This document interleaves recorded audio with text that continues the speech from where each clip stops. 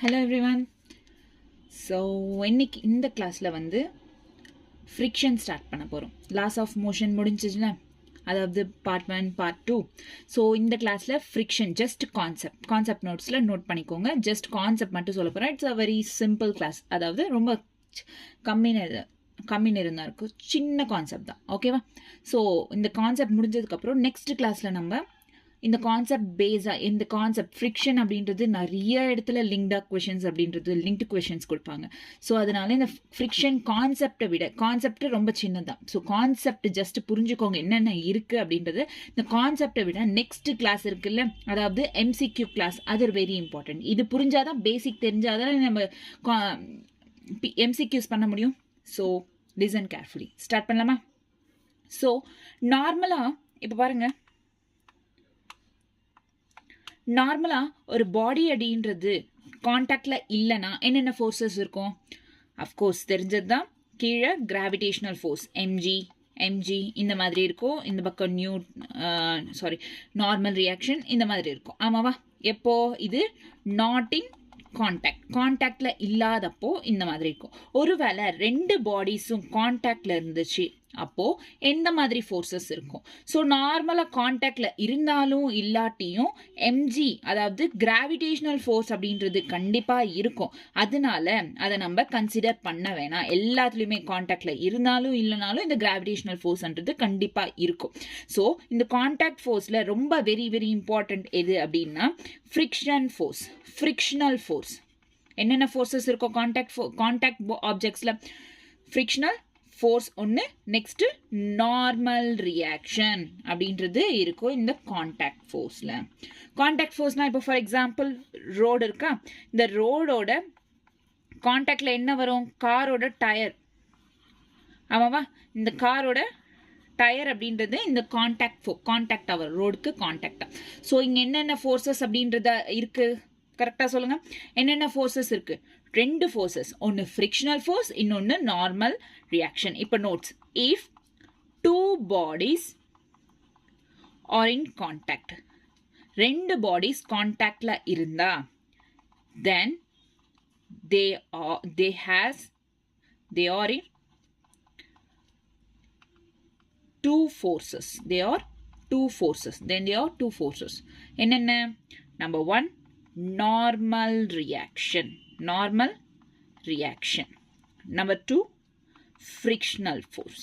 So நம்ம இந்த frictional force, இந்த நார்மல் ரியாக்ஷன் அப்படின்றது வந்து இந்த ஃப்ரிக்ஷன் கண்டுபிடிக்கும் போது ரொம்ப ஹெல்ப்ஃபுல்லாக இருக்கும். நார்மல் ரியாக்ஷன் ஓகேவா? எம்சிக்யூஸில் ஓகேவா? இந்த ரெண்டு ஃபோர்ஸஸ் வச்சு தான் நம்ம கொஷின்ஸ்ன்றது அப்ளை பண்ணுவோம் நெக்ஸ்ட் கிளாஸில். ஸோ இந்த கிளாஸில் இந்த டூ ஃபோர்ஸஸ் மட்டும்தான் காண்டாக்டில் இருக்குது. ஒரு பாடி அப்படின்றது காண்டாக்டில் இருந்தா அப்போ இந்த ஃபோர்ஸஸ்ன்றது ஆக்ட் ஆகும். Number 1 frictional force, number 2 normal reaction. Okay, கிளியரா? நெக்ஸ்ட், இந்த ஃப்ரிக்ஷனோட வேலை என்ன? நார்மலாக சொல்லுங்க, எல்லாருக்கும் தெரிஞ்சது. ஃப்ரிக்ஷன் என்ன பண்ணும்? நார்மலாக ஃப்ரிக்ஷன் என்ன பண்ணும்? It opposes the motion. அதாவது மோஷனை அப்போஸ் பண்ணும். அதாவது ஒரு பாடி மூவ் ஆகிட்டு இருக்குன்னா அது தடுக்கும், அந்த மூமெண்ட்டை தடுக்க ட்ரை பண்ணும். That is friction. ஃப்ரிக்ஷனோட ஒர்க்கே அதுதான். பட் அந்த ஃபோர்ஸை தடுக்க ட்ரை பண்ணாது. வெறும் மோஷன், அந்த மூமெண்ட், அந்த பாடியோட மூமெண்ட்டை மட்டும்தான் தடுக்க ட்ரை பண்ணுமே தவிர ஃபோர்ஸை தடுக்க ட்ரை பண்ணாது. ஓகேவா? கிளியரா? ஃபோர்ஸை தடுக்க ட்ரை பண்ணாது. ஸோ எழுதுங்க: friction opposes the relative motion between two bodies or tendency of relative motion. Okay? It does not oppose force. Force oppose பண்ணாது. So it does not oppose force. It only tries to stop the relative மோஷனை மட்டும்தான் oppose பண்ண try பண்ணோம் frictional force. ஓகேவா? So நம்ம இந்த சாப்டரில், அதாவது இந்த கிளாஸில் வந்து வெறும் ஃப்ரிக்ஷன் பற்றி தான் படிக்க போகிறோம். ஃப்ரிக்ஷன்ஸ்ன்றது நாட் ஓன்லி வெறும் ஃப்ரிக்ஷன் சொல்லிட்டா முடிஞ்சிடாது கதை. அதில் டைப்ஸ் ஆஃப் ஃப்ரிக்ஷன் இருக்குது. Static friction, kinetic friction, sliding friction, rolling friction, இந்த மாதிரி டிஃப்ரெண்ட் கைண்ட்ஸ் ஆஃப் ஃப்ரிக்ஷன்ஸ் இருக்குது. இதெல்லாமே வந்து எம்சிக்யூஸில் கண்டிப்பாக ரிப்பீட்டடாக கொடுப்பாங்க. சில கன்ஃபியூஸ்டு கான்செப்ட்ஸ் கூட இருக்குது. நீங்கள் எம்சிக்யூஸ் எப்போ பண்ணுறீங்களோ அப்போ தான் இந்த கான்செப்ட்ஸ்க்கு கிளாரிட்டி அப்படின்றது இருக்கும். ஓகேவா? ஸோ ஃபர்ஸ்ட் இப்போ டைப்ஸ் ஆஃப் ஃப்ரிக்ஷன்ஸ் என்னன்னு பார்க்கலாம். First types of friction. Actually first என்னன்னா ஸ்டாட்டிக் ஃப்ரிக்ஷன். பேர்ல இருக்கு. ஸ்டாட்டிக் ஃப்ரிக்ஷன்னா என்ன? ஸ்டாட்டிக்னா ஒரே இடத்துல இருக்குது, அதாவது which stops the motion.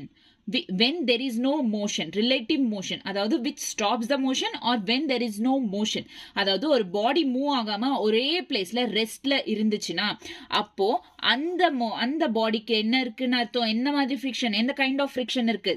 அங்க ஸ்டாட்டிக் ஃப்ரிக்ஷன் இருக்கு. அதாவது ஒரு பாடின்றது ரெஸ்ட்ல இருக்கு, எந்த மூமெண்ட்டுமே இல்லை, அப்போ அந்த பாடியில என்ன ஃப்ரிக்ஷன் இருக்கு? இட் இஸ் ஸ்டாட்டிக் ஃப்ரிக்ஷன் அப்படின்றது பிரசன்ட் ஆயிருக்கும். So when there is no relative motion இல்லை, மூமெண்ட் எதுவும் இல்லை, அதாவது ரெஸ்ட்ல இருக்குன்னு அர்த்தம். அப்போ அது ஸ்டாட்டிக் ஃப்ரிக்ஷன்.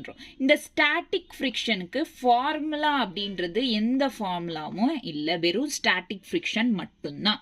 ஃபார்முலா அப்படின்றது கிடையாது இந்த ஸ்டாட்டிக் ஃப்ரிக்ஷன்ஸ்க்கு. Next second type of friction என்ன?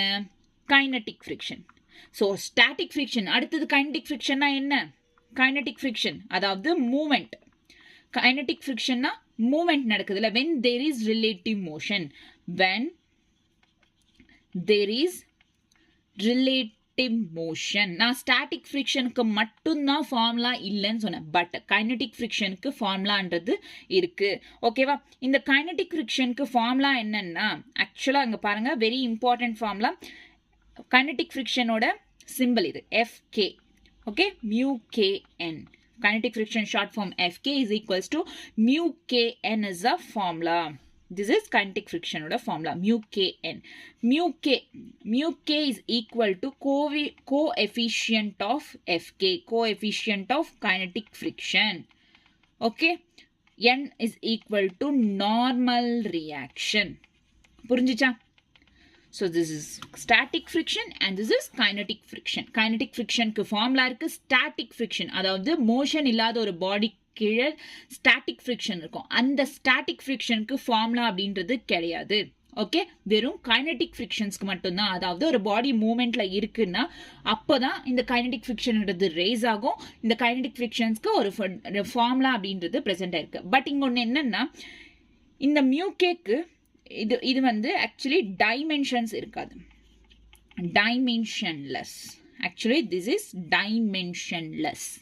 டைமென்ஷன்ஸ் அப்படின்றது இருக்காது. அதாவது இங்க பாருங்க MLT. ஸோ இந்த மாதிரி சொல்லுவோம்ல, நம்ம ஃபர்ஸ்ட் சாப்டர்ல பார்த்தா தெரிஞ்சிருக்கும் யூனிட்ஸ் அண்ட் டைமென்ஷன்ஸ்ல. Okay, clear? டன்.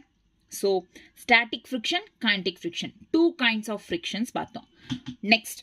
நெக்ஸ்ட் என்னன்னா, இந்த கைனடிக் ஃப்ரிக்ஷன்லயே அகைன் 2 டைப்ஸ் இருக்கு. இந்த கைனடிக் ஃப்ரிக்ஷன்ல அகைன் 2 டைப்ஸ் இருக்கு. என்னென்ன? Sliding friction. ஒன்று ஸ்லைடிங் ஃப்ரிக்ஷன், இன்னொன்று ரோலிங் ஃப்ரிக்ஷன். ஸ்லைடிங் ஃப்ரிக்ஷன்னா ஸ்லைட் ஆகிறது, அதாவது ஒரு பிளாக் இருக்கு, அது இன்க்ளைன்ட் பிளேன்லேருந்து ஸ்லைட் ஆகுது. அப்போ this is call sliding friction. Rolling ஃப்ரிக்ஷனா ஒரு பால், ரவுண்ட் ஆப்ஜெக்ட் வந்து ரோல் ஆகுது இல்லை, ஸோ அதை வந்து ரோலிங் ஃப்ரிக்ஷன் அப்படின்னு சொல்லுவோம். ஓகேவா? கிளியரா? டன். ஸ்லைடிங் ஃப்ரிக்ஷன் எப்பவுமே வந்து ஸ்லைடிங் ஃப்ரிக்ஷனுக்கு ஷார்ட் ஃபார்ம் என்ன? FS. ரோலிங் ஃப்ரிக்ஷனுக்கு FR. ஓகேவா? ஸோ இங்கே என்ன சொல்லலாம்?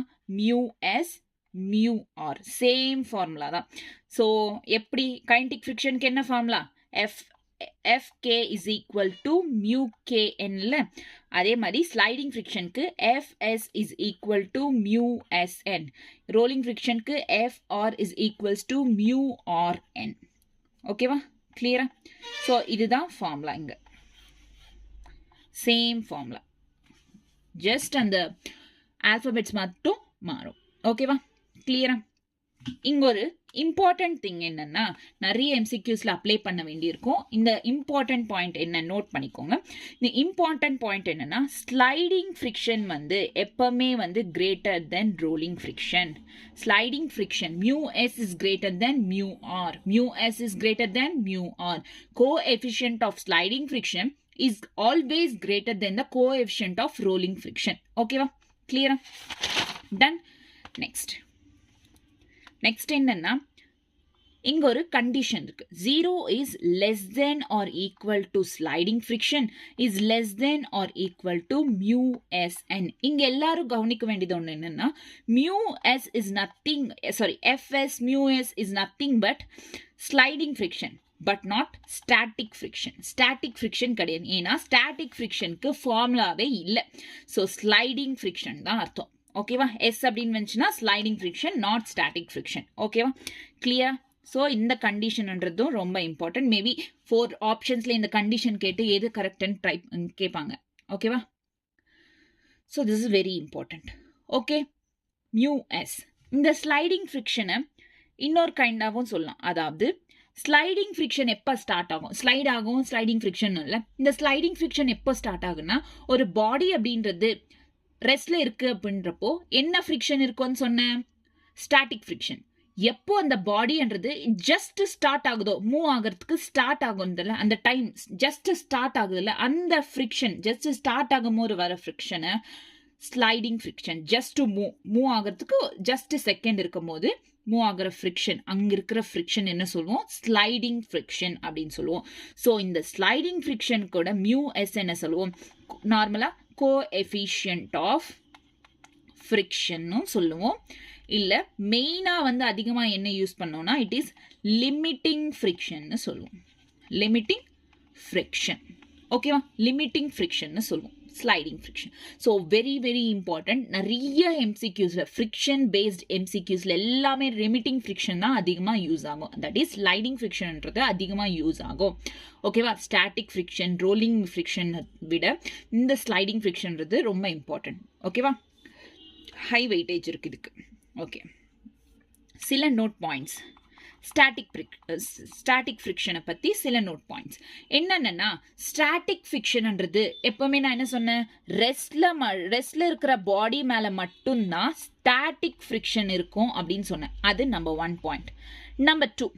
நம்பர் டூ என்னன்னா, இந்த ஸ்டாட்டிக் ஃப்ரிக்ஷன் அப்படின்றது எப்போ மேக்ஸிமம் அட்டைன் பண்ணுதோ, எப்போ இந்த ஸ்டாட்டிக் ஃப்ரிக்ஷன் பாடி மேலே ஸ்டாட்டிக் ஃப்ரிக்ஷன் மேக்ஸிமமாக இருக்குதோ, அது கைனடிக் ஃப்ரிக்ஷன், சாரி ஸ்லைடிங் ஃப்ரிக்ஷனாக மாறும். அதாவது ஸ்டாட்டிக் ஃப்ரிக்ஷன்னா ரெஸ்ட், ஸ்லைடிங் ஃப்ரிக்ஷன்னா ஜஸ்ட் மூவ் ஆக போகுது ரெஸ்ட்ல இருந்து அப்படின்னா sliding friction.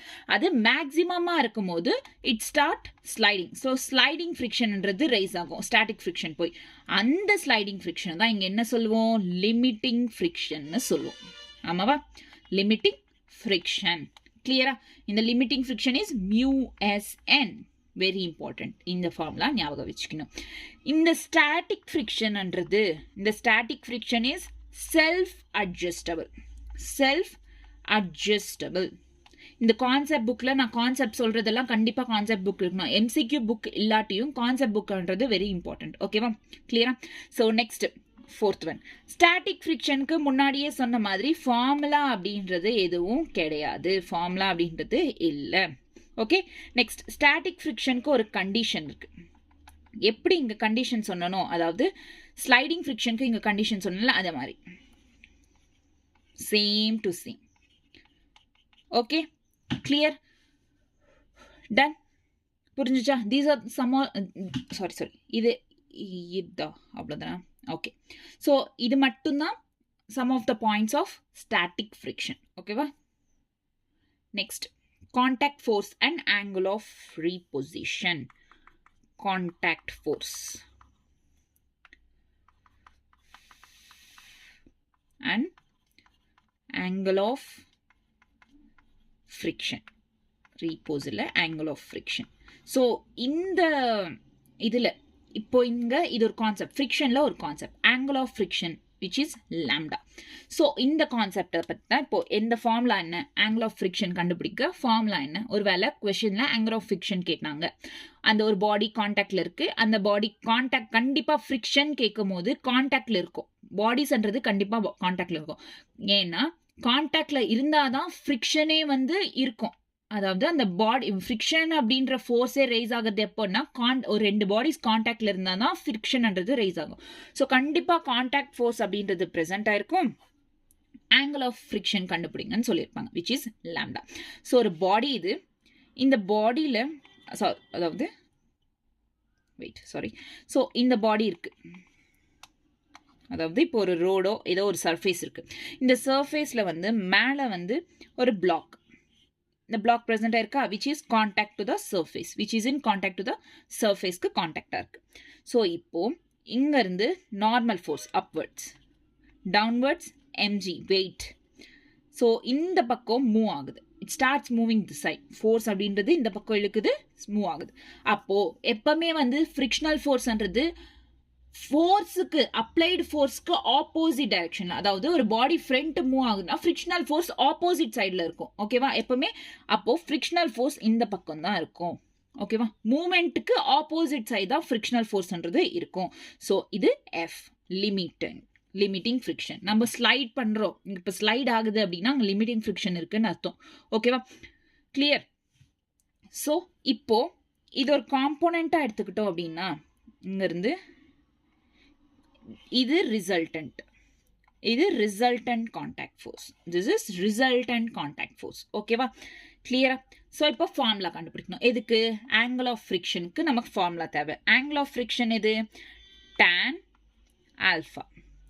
tan lambda. So இந்த ஆங்கிள் தான் லாம்டா. ஓகேவா, ஸோ இந்த ஆங்கிள் லாம்டா அப்படின்னா tan theta என்ன, ஆப்போசிட் பை adjacent. ஆமாவா, ஆப்போசிட் என்ன இருக்கு, ஆப்போசிட்ல எஃப் லிமிட்டிங் ஃப்ரிக்ஷன், அட்ஜசன்ட்ல என்ன இருக்கு, normal reaction n. F limiting formula என்ன, mu S N by N, n cancel, finally tan lambda is equals to mu s. இதுதான் ஆங்கிள் ஆஃப் ஃப்ரிக்ஷன் கண்டுபிடிக்கிறதுக்கு formula.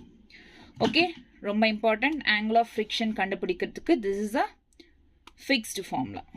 Okay, clear, done. Angle of friction, simple, right? Okay, next என்னன்னா motion on smooth inclined plane. ஒரு inclined plane இருக்குன்னா அதுல motion எப்படி இருக்கும், motion on smooth inclined plane. ஓகேவா, start பண்ணலாமா. மோஷன் ஆன் ஸ்மூத் இன்க்ளைன் பண்ணி இப்போ வரைக்கும் என்ன சொன்னேன், டைப்ஸ் ஆஃப் ஃப்ரிக்ஷன், ஃப்ரிக்ஷன்னா என்ன, டைப்ஸ் ஆஃப் ஃப்ரிக்ஷன் சொன்னேன், அதுக்கப்புறம் ஆங்கிள் ஆஃப் ஃப்ரிக்ஷனோட ஃபார்முலா ஒன்று சொன்னேன். ஆமாவா, அவ்வளோதானே. Next motion on smooth incline plane. இப்போ ஒரு இன்க்ளைன் பிளேன் இருக்கு, இது ஒரு இன்க்ளைன் பிளேன். இந்த இன்க்ளைன்டு பிளேனில் இங்கே ஒரு பிளாக் அப்படின்றது ப்ரெசென்ட் ஆயிருக்கு, இந்த பிளாக் வித் த மாஸ். இந்த பிளாக் ப்ரெசென்ட் ஆயிருக்கு, இதில் என்னென்ன ஃபோர்ஸஸ் இருக்குது, அதாவது ஃபஸ்ட்டு எம்ஜி. ஆமாவா, எல்லாருக்கும் தெரிஞ்சது தான். ஸோ எம்ஜிக்கு இந்த பக்கம் என்ன ஃபோர்ஸ் இருக்கும், எம்ஜி காஸ் தீட்டா, இந்த side MG sine theta present ஆயிருக்கும். ஸோ எப்பவுமே வந்து நீங்கள் இன்க்ளைன்டு பிளேன்ஸ்க்கு தீட்டா சைன் காஸ் அப்படின்றது சேஞ்ச் ஆகும். கைனமேட்டிக்ஸ்லையும் இதுலேயும் கொஞ்சம் டிஃப்ரென்ஸ் வேரி இருக்கும், அது நீங்கள் கம்பேர் பண்ணி பாருங்கள், புரிஞ்சிடும். ஓகேவா, கிளியரா. எம்ஜி சைன் தீட்டா, இந்த பக்கம் எம்ஜி காஸ் தீட்டா. ஓகேவா, கிளியரா, டன். ஸோ நெக்ஸ்ட் வந்து அப்வர்ட்ஸ் என்ன இருக்கும், நார்மல் ரியாக்ஷன் ப்ரெசென்ட் இருக்கும். So these are the forces acts. Okay, so இந்த ஃபோர்ஸஸ் தான் இந்த பாடி மேலே ஆக்ட் ஆகுது.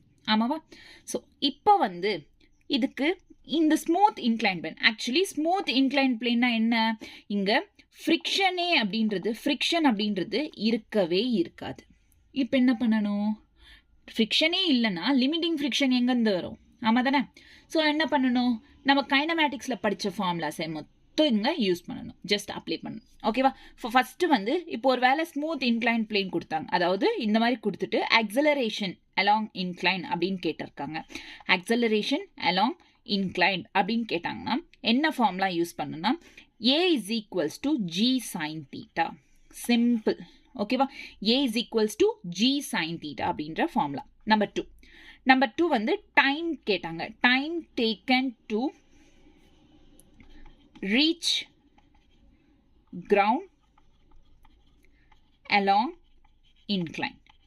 அதாவது கிரவுண்ட் ரீச் பண்ணுறதுக்கு எவ்வளோ டைம் ஆச்சு, டைம் டேக்கன். ஆக்சுவலாக வந்து நம்ம இதில் பார்த்துருப்போம், என்ன சொல்கிறது, கைனமேட்டிக்ஸ் ஃபஸ்ட்டு சாப்டர்ஸ் கேட்டு இங்கே வந்திருந்தீங்கன்னா உங்களுக்கு புரியும். கைனமேட்டிக்ஸில் என்ன ஃபார்முலா டைம் டேக்கனுக்கு? T is equals to √2h by g. So இங்கே √2h by g வேல்யூ மேலே இங்கே என்ன இருக்குது? ஸோ g என்ன? g sin theta. சாரி, இங்கே √2h by a. ஓகேவா? Acceleration. Okay, next third one time taken, acceleration. Smooth incline plane கொடுத்து இந்த மாதிரி ஆக்சலரேஷன், டைம் டேக்கன், ஃபைனலாக வந்து வெலாசிட்டி இந்த மாதிரி கேட்டாங்க. ஜஸ்ட் இந்த ஃபார்முலாஸ் அப்ளை பண்ணால் போதும். வெலாசிட்டி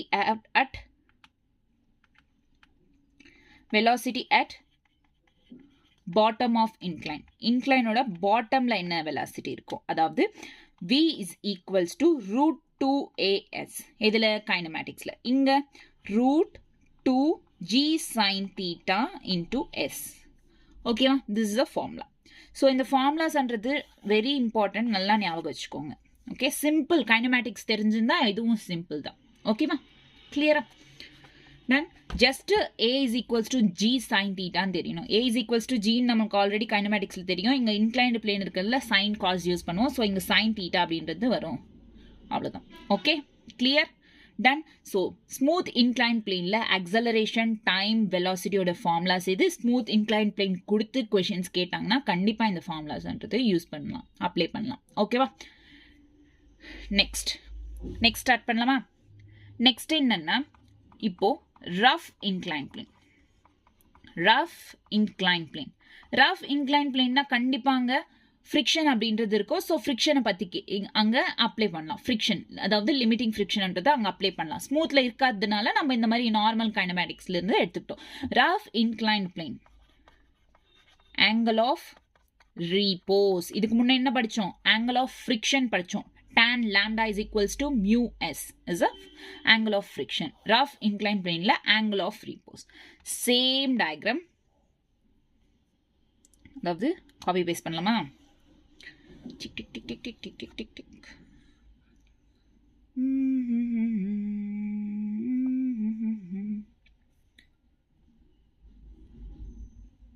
பட் இங்கே என்ன ஒரே ஒரு விஷயம்னா இங்கே ஃப்ரிக்ஷன் அப்படின்றது கண்டிப்பாக இருக்கும். இங்கே இட் ஹேஸ் ஃப்ரிக்ஷன்ன்றது இருக்கும். ஓகேவா? ஏன்னா இது ரஃப் இன்க்ளைன் பிளேன். ரஃப்பில் ஃப்ரிக்ஷன் கண்டிப்பாக இருக்கும். ஸோ ஃப்ரிக்ஷன் இருந்தால் சேம் அங்கே என்ன இருக்கோ அதுதான். ஃப்ரிக்ஷன் எப்போவுமே வந்து இப்போ பிளாக் அப்படின்றது கீழே தான் மூவ் ஆகும், கண்டிப்பாக கீழே விழும். அப்போ ஃப்ரிக்ஷன் எந்த சைடில் ஒர்க் ஆகும்? நல்லா நோட் பண்ணுங்கள். ஃப்ரிக்ஷன்ன்றது ஆப்போசிட் டைரெக்ஷனில் மூவ் ஆகும். அதாவது லிமிட்டிங் ஃப்ரிக்ஷன் இந்த டைரெக்ஷனில் இருக்கும். லிமிட்டிங் ஃப்ரிக்ஷனோட ஃபார்முலா என்ன? μsn. ஆமாவா? ஸோ இது எங்கே எழுதுங்க. Limiting friction is equal to μsn. n is equal to, இங்க பாருங்க, n equal to mg cos theta. So mg cos theta, mu s mg cos theta. So இந்த formula தான் இங்க நம்ம யூஸ் பண்ண போறோம் to derive the angle of repose formula. Okay, clear?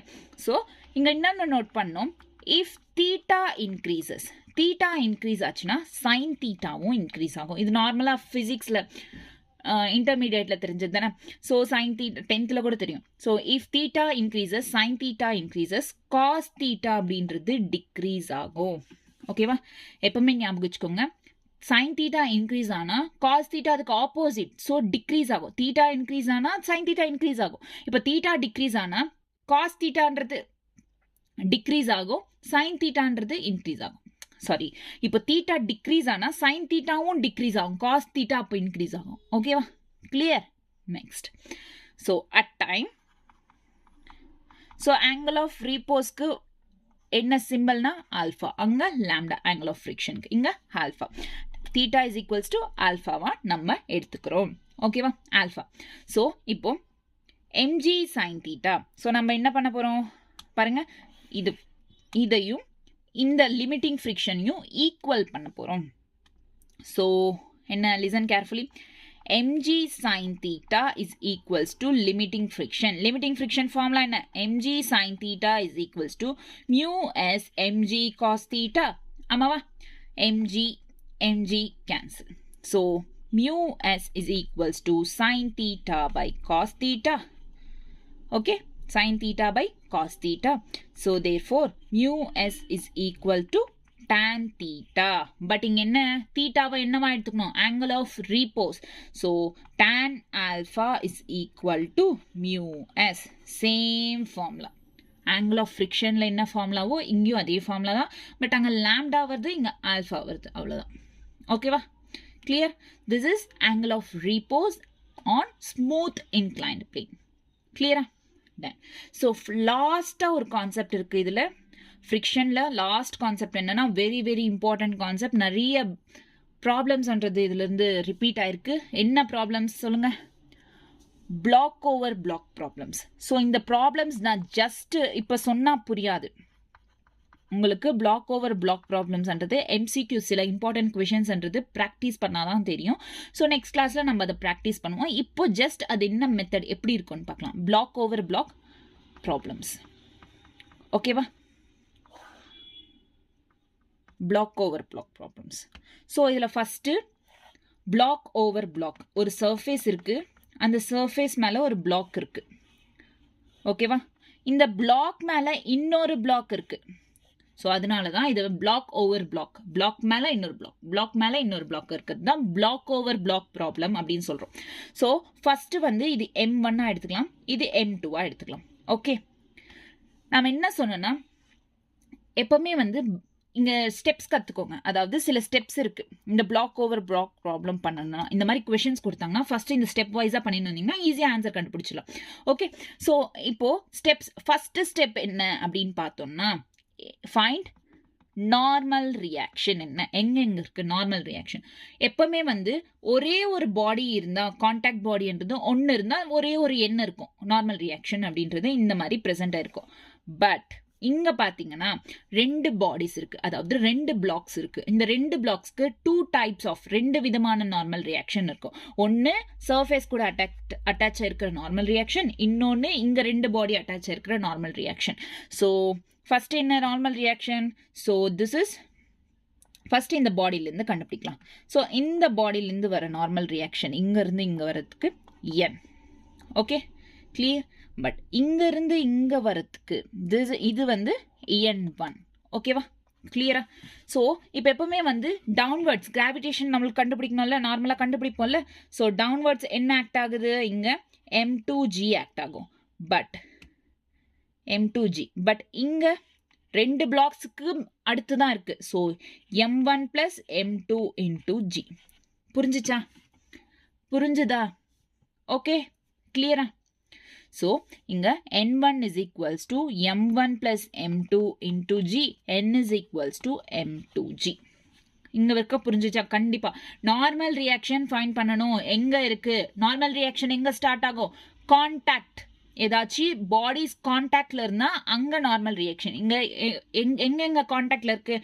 First இங்கே சர்ஃபேஸ்க்கும் ஒரு பிளாக்குக்கும், நெக்ஸ்ட் ஒரு பிளாக்குக்கும் இன்னொரு பிளாக்குக்கும் ரெண்டு கான்டாக்ட்ஸ் இருக்குது. ஸோ ரெண்டு நார்மல் ரியாக்ஷன்ஸ் அப்படின்றது ப்ரெசென்ட் ஆயிருக்கும். Okay, clear? Next second one. ஓகேவா, கிளியரா? அந்த ஃப்ரீ பாடி டயக்ராம் கிளியரா? நெக்ஸ்ட் செகண்ட் ஒன் வந்து ஃப்ரிக்ஷனல் ஃபோர்ஸ் இருக்கான்னு ஐடென்டிஃபை பண்ணுங்க. அதாவது identify frictional force. Friction force இருக்கா? அதாவது ஃப்ரிக்ஷன் ஃபோர்ஸ் மட்டும்தான் ஹாரிசான்டலாக இருக்கா? ஸோ வர்டிக்கலாக இத்தனை ஃபோர்ஸஸ் இருக்குது. அதாவது கிராவிடேஷனல் ஃபோர்ஸ், இந்த பக்கம் நார்மல் ரியாக்ஷன் இருக்குது. ஹாரிசான்டலாக வெறும் ஃப்ரிக்ஷனல் ஃபோர்ஸ் மட்டும்தான் இருக்கா அப்படின்றத பாருங்கள். ஸோ பிளாக் இந்த பக்கம் மூவ் ஆக போகுது. ஸோ வெறும் ஃப்ரிக்ஷனல் ஃபோர்ஸ் இருக்கா அப்படின்றத பார்த்துக்கோங்க. ஓகே, நெக்ஸ்ட் வந்து லிமிட்டிங் ஃப்ரிக்ஷன் கண்டுபிடி. ஃபைன் ஒரு வேளை ஃப்ரிக்ஷனல் ஃபோர்ஸ் இருந்துச்சுன்னா அது கண்டிப்பாக லிமிட்டிங் ஃப்ரிக்ஷனாக தான் இருக்கும். ஏன்னா it started to move.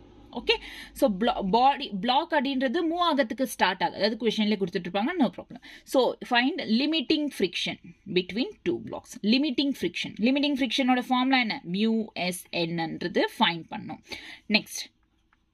Next வந்து ஃபோர்த்து ஸ்டெப் என்னன்னா மேக்ஸிமம் ஆக்சலரேஷன் என்னன்றதை ஃபைண்ட் பண்ணணும். இங்கே எப்படின்னா நீங்கள் எல்லாத்துக்குமே வந்து ரெண்டு டபுள் பிளாக்ஸ்க்கும் நீங்கள் கால்குலேட் பண்ணுமான்னா கிடையாது.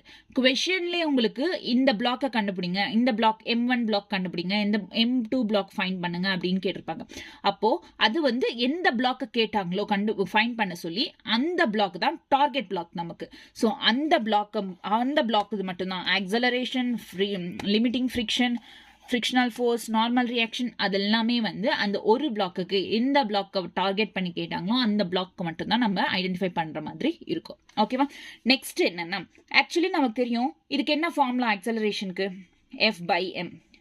ஸோ இங்கே மேக்ஸிமம் அப்படின்றதுனால இங்கே லிமிட்டிங் ஃப்ரிக்ஷனும் டார்கெட் மாஸ் எது கண்டுபிடிக்க சொன்னாங்களோ அந்த mass. Next fifth one force கண்டுபிடிக்கணும். மேக்ஸிமம் ஃபோர்ஸ் என்ன? மேக்ஸிமம் ஃபோர்ஸ் ஃபார்முலா என்ன? MA. So M + M1 + M2 into A max. ஓகேவா? இங்கே ஏன் நான் M1 + M2 எடுத்துக்கிறேன், டார்கெட் மாஸ் மட்டும் எடுக்கல அப்படின்னா மேக்ஸிமம், இங்கே ஆக்சலரேஷனும் அப்படிதான். மேக்ஸிமம் கேட்டிருந்தாங்கன்னா இங்கே டார்கெட் எடுக்க தேவையில்லை. அதாவது இங்கே மேக்ஸிமம் ஃப்ரிக்ஷன் ஃபோர்ஸ் அப்படின்னு கேட்டிருக்காங்க. இந்த மேக்ஸிமம் ஃபோர்ஸ் அப்படின்றது ரெண்டு பிளாக்கும் இழுத்தாதான் ஃபோர்ஸ் அப்படின்றதே வரும். ஆக்சலரேஷன் வேற விதம். ஓகேவா? ஸோ ஃபோர்ஸ் அப்படின்றதுக்கு ரெண்டுத்துக்குமே தானே அப்ளை பண்ணி இழுக்கிறோம். ரெண்டுமே வந்து பிளாக் மேலே பிளாக் தானே இருக்கு, அதனால. ஓகே, நெக்ஸ்ட் ஃபைனலா இப்போ என்னன்னா இஃப் அப்ளைடு ஃபோர்ஸ், ஒருவேளை அப்ளைடு ஃபோர்ஸ் அப்படின்றது வந்து ஃபோர்ஸை விட force is less than force, maximum force இதை விட லெஸ் தேனா இருந்தா அப்போ they'll start to move together. ரெண்டுத்தையும் ஒன்னா கால்குலேட் பண்ணிடலாம், பிரச்சனை இல்லை, சிம்பிளா. அதே வந்து if applied force F is greater than F max இருந்தா நம்ம இண்டிவிஜுவலாக தான் கால்குலேட் பண்ணணும். அதாவது NLM யூஸ் பண்ணி, அதாவது என்ன, Newton's law of motion use பண்ணி, நியூட்டன்ஸ் லாஸ் யூஸ் பண்ணி இது கண்டுபிடிக்கலாம். ஓகேவா? So these are the steps. இப்போ புரியலனாலும் நோ ப்ராப்ளம், ஜஸ்ட் இந்த ஃப்ரீ பாடி டயக்ராம் புரிஞ்சிச்சா? அது புரிஞ்சா போதும். நெக்ஸ்ட் நம்ம MCQs ப்ராக்டிஸ் பண்ணும்போது அது கிளியர் ஆகிடும். ஓகேவா? இது மட்டும் புரிஞ்சிச்சா? ஸோ ஃபர்ஸ்ட் என்ன frictional force, limiting friction, AX max. So இதெல்லாம் எதுவும் புரியலன்னா பரவாயில்ல, இந்த ரெண்டு கண்டிஷன்ஸ் தெரிஞ்சுக்கோங்க போதும். இந்த ரெண்டு கண்டிஷன்ஸும் இந்த free body diagram very important. இங்கே என்னென்ன ஃபோர்ஸஸ் ஆக்ட் ஆகும், எப்படி எடுத்துக்கணும் இந்த ஃபோர்ஸஸ், நார்மல் ரியாக்ஷன் அப்படின்றது தெரிஞ்சால் போதும். So this is all about this concept. Okay, கிளியரா? ஸோ இன்னைக்கு இவ்வளோதான் கான்செப்ட். ஃப்ரிக்ஷனில் இருக்குது இவ்வளோதான். பட் MCQஸ்ன்றது நிறைய பண்ணணும் ஃப்ரிக்ஷனில். ஓகேவா? ஏன்னா MCQஸ்ன்றது கொஞ்சம் ட்ரிக்கியாக இருக்கும், அதனால. ஓகேவா? டன். ஃப்ரிக்ஷன் அப்படின்றது முடிஞ்சிச்சு. நெக்ஸ்ட் கிளாஸில் வந்து நம்ம MCQஸ்ன்றது ப்ராக்டிஸ் பண்ணலாம். நோட்ஸ் வந்து டெலிகிராம் சேனலில் போஸ்ட் பண்ணுறேன், டவுன்லோட் பண்ணிக்கோங்க. Okay, thank you.